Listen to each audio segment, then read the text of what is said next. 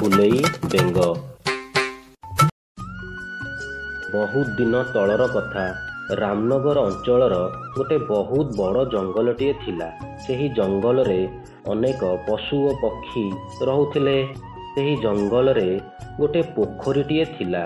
ସେହି ପୋଖରୀରେ ବହୁତ ବେଙ୍ଗ ଘର କରି ରହୁଥିଲେ। ତାଙ୍କ ଭିତରୁ ଜଣେ ଭାରି ଗର୍ବୀ ବେଙ୍ଗ ରହୁଥିଲା।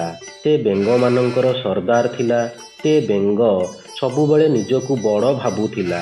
ସବୁ ବେଙ୍ଗମାନଙ୍କୁ ସବୁ କଥାରେ ତାଗିଦ କରୁଥିଲା।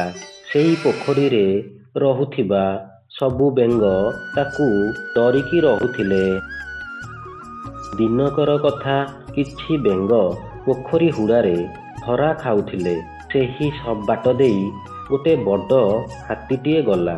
ହାତୀକୁ ସବୁ ବେଙ୍ଗମାନେ ଦେଖି ଡରିଗଲେ ଓ ଆଶ୍ଚର୍ଯ୍ୟ ହୋଇଗଲେ।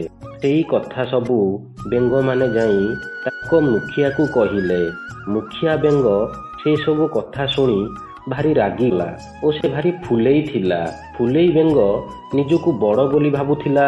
ତାଠାରୁ ପୁଣି କୋଉ ଜୀବ ଏ ଜଙ୍ଗଲରେ ବଡ଼ ଅଛି, ସିଏ କଥାକୁ ବିଶ୍ୱାସ କଲା ନାହିଁ ଓ ସେମାନଙ୍କୁ କହିଲା କି ମୁଁ ଯଦି ଫୁଲିଯିବି ତାହେଲେ ସେ ହାତୀଠାରୁ ବଡ଼ ହୋଇଯିବି।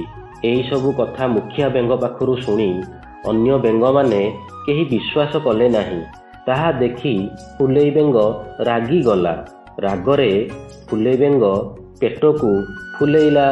ସେ ଯେତେ ଫୁଲେଇଲେ ମଧ୍ୟ ହାତୀଠାରୁ ବଡ଼ ଦେଖାଗଲା ନାହିଁ।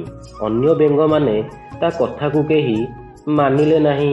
ଫୁଲେଇ ବେଙ୍ଗ ତାହାର ପେଟକୁ ଆହୁରି ବେଶୀ ଫୁଲେଇଲା।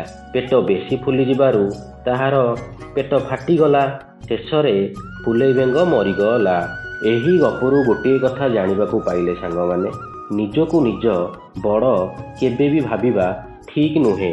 ଆମ ଉପରେ ବହୁତ ବଡ଼ ଲୋକମାନେ ଅଛନ୍ତି। ଆମ ସମସ୍ତଙ୍କ ଉପରେ ଠାକୁର ହିଁ ଏକ ବଡ଼।